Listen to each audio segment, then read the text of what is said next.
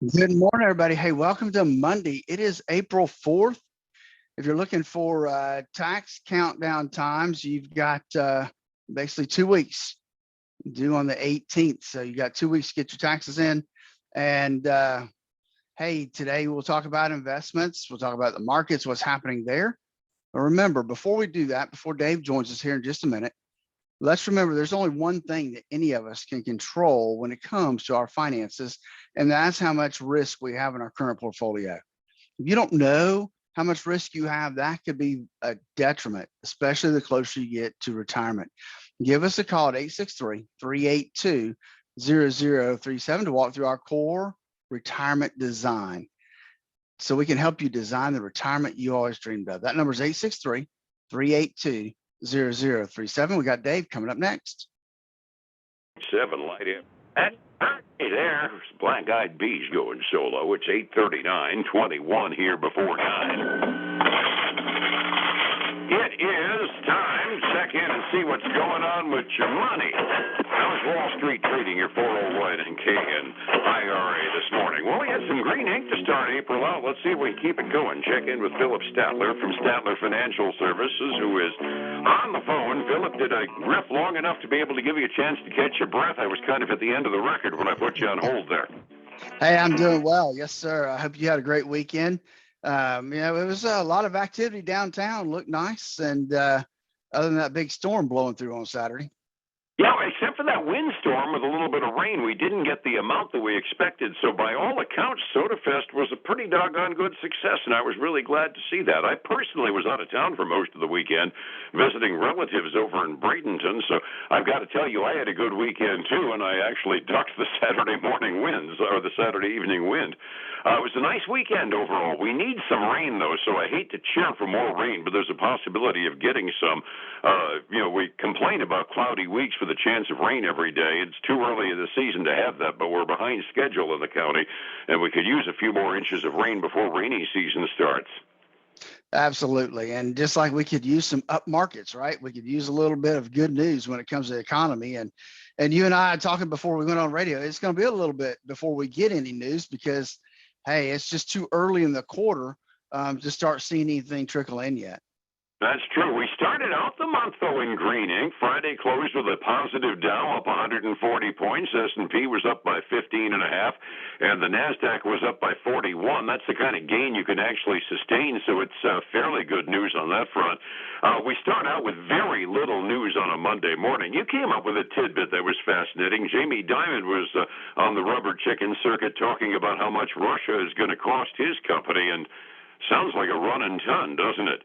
Yeah, it is. It's actually his annual letter to his shareholders where he came out and said that the bank could face a potential of a $1 billion loss from its exposure to Russian investments. So not helping JP Morgan's cause at all. They're not getting beat up bad over that, though, down about 0.7% right now.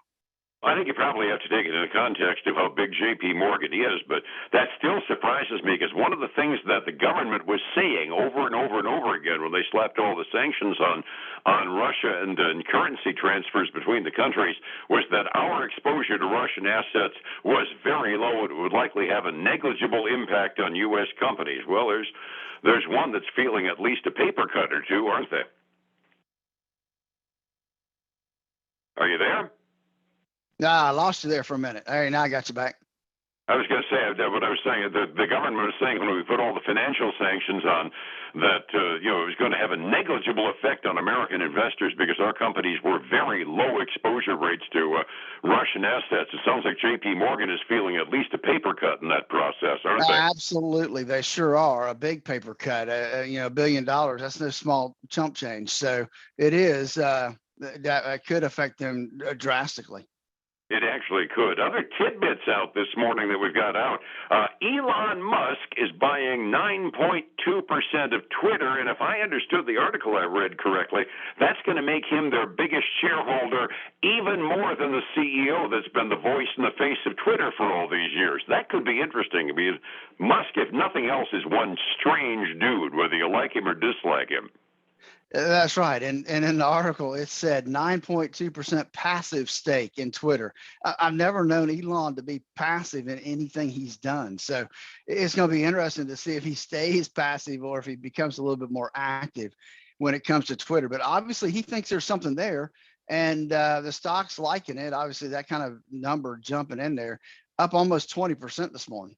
Well, his first tweet after making the announcement said something to the effect of, "We defend our freedom of speech in this country, except on social media. What do you think about freedom of speech on Twitter?" So it kind of goes kind of what you were saying. The words Elon Musk and passive it's kind of an oxymoron in the same sentence, isn't it?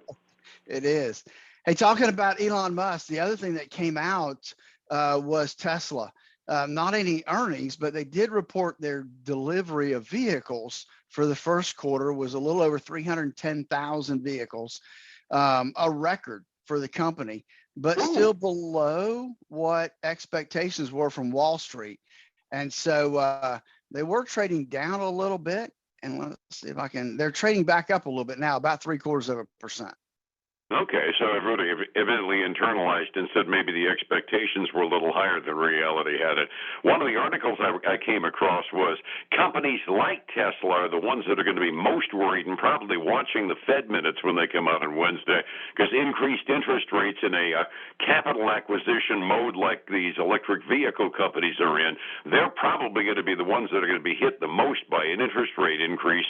And if the plans from the Fed are to get as aggressive as we're afraid they're going to on the Wednesday interest rate, on the Wednesday minutes from the last Fed meeting, that might very well have an impact on the companies on the Nasdaq exchange. That's Wednesday afternoon at 2. Yeah, that's that's going to be I think critical to see what they have to say and how that's going to be portrayed by the markets once they get and digest that information in terms of rate hikes and that type of thing that are going to be coming out in that report here shortly. Now, the Fed minute reports normally are things that the green eye shade people pour over and the rest of us just kind of blow off. But when we're looking at the notion of them doing only 0.25% in last month's meeting, when they were expected to do more, they ran into the buzzsaw of the Ukrainian-Russian war and the upset on the economy on that. We don't know what they're thinking about doing as time goes on. All we saw were the dot plots where the impact of the individual Fed governors felt that we ought to be going during the year, but that doesn't give us any idea as to how strong the opinions are. So it could be interesting if there was a major fight as to whether to go to 0.5% increase, even in the face of the Ukrainian situation, and that we're getting a sense of a little bit more aggressive stance from the Fed governors on the Open Market Committee. 2 o'clock Wednesday could be a market mover this week. Absolutely could, Dave. It really, these minutes will be some of the most important minutes we've seen in a while. Hey, the other thing we did not mention Starbucks.